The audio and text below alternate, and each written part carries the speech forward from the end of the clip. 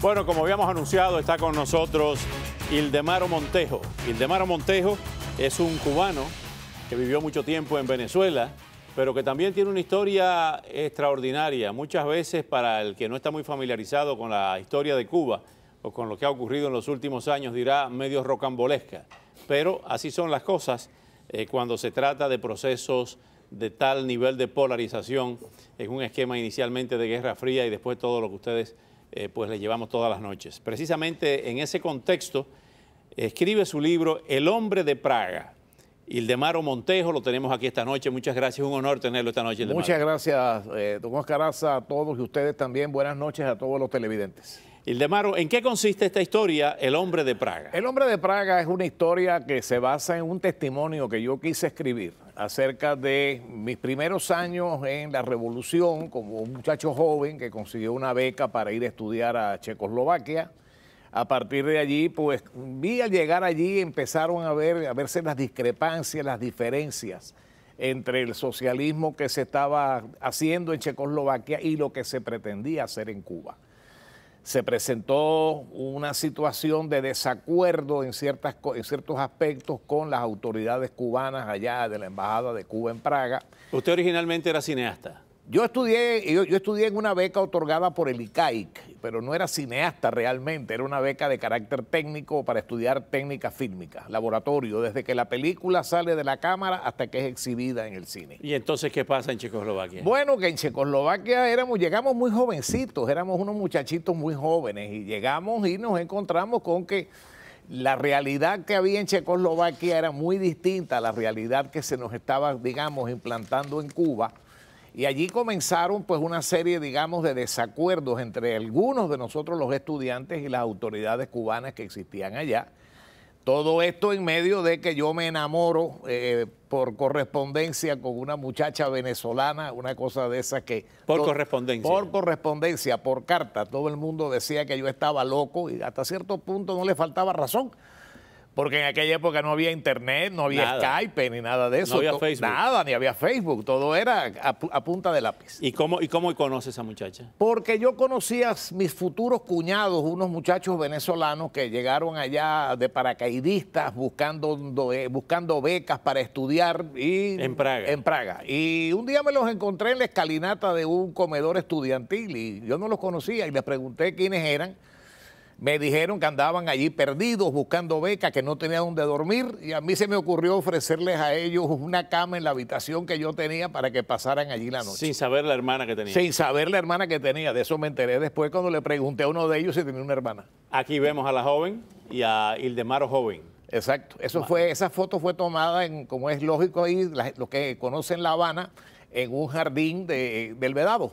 Pero aquí comienza la gran historia, pudiéramos decir la historia rocambolesca. ¿Qué pasa cuando ya ustedes empiezan a escribirse? ¿Qué pasa con Ildemaro en Praga? ¿Cómo se escapa de Praga? Bueno, el problema es que a mí me expulsan de Praga las autoridades cubanas. A mí de un buen día para otro me expulsaron de Praga, me dijeron te vas mañana. Para Cuba. Que para Cuba. Y no me mandaron vía Canadá en el vuelo de Cubana o de Chesa. De Gander. Me mandaron vía Moscú en un Tupolev 144, el famoso TU-114. Y cuando llegué a Cuba, llegué en una situación realmente, digamos, un poquito complicada porque me mandaron directo a una granja agrícola. ¿Cómo fue la fuga?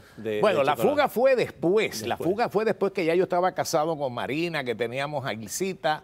Yo no sé, una cosa inexplicable, cómo fue que yo conseguí volver a Checoslovaquia, enviado otra vez por el mismo gobierno cubano.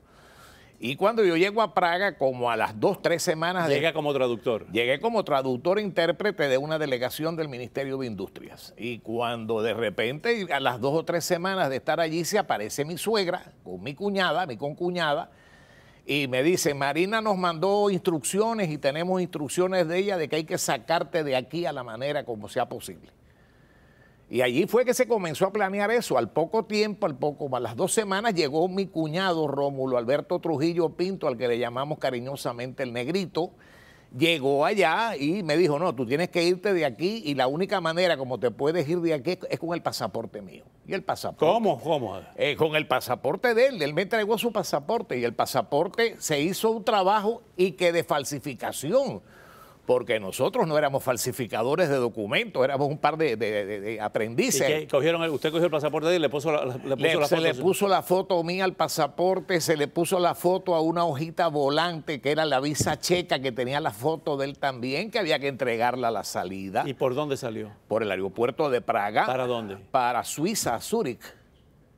Y salió sin problemas. Salí sin problemas porque mi concuñada, como la falsificación quedó tan mala, como decimos en Venezuela, quedó tan choreta. Tan choreta. Entonces se le echó café por encima al documento, al pasaporte, para tapar, digamos, los sitios allí que se veía. Es una película tipo James Bond. Aquello era chimbo, como se dice en Venezuela. Chimbo. También. Y llegó a Suiza y de Suiza entonces para Caracas. De Suiza estuve en Suiza 2 meses en Suiza. Recibí toda la colaboración, de verdad se portó muy bien conmigo el entonces cónsul venezolano allá, el doctor Luis González Herrera, hasta que llegué a Venezuela.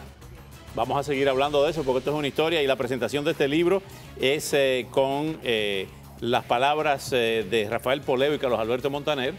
El prólogo es de Alcibiades Hidalgo y esto es el miércoles 25, pasado mañana a las 6, 8 de la noche, la firma de los libros. Vamos a hablar de eso cuando regresemos. Perfecto. A la vuelta seguimos con este testimonio de Ildemaro Montejo y su libro El hombre de Praga.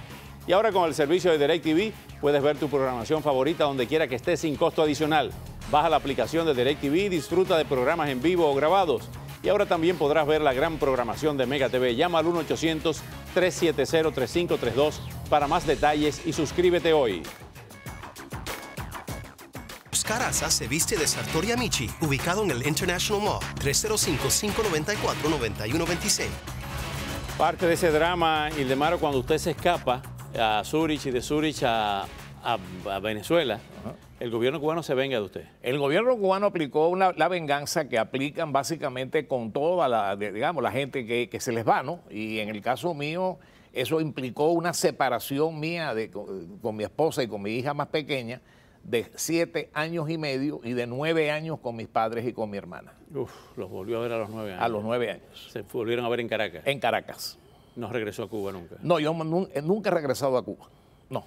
No le interesa. No me interesa.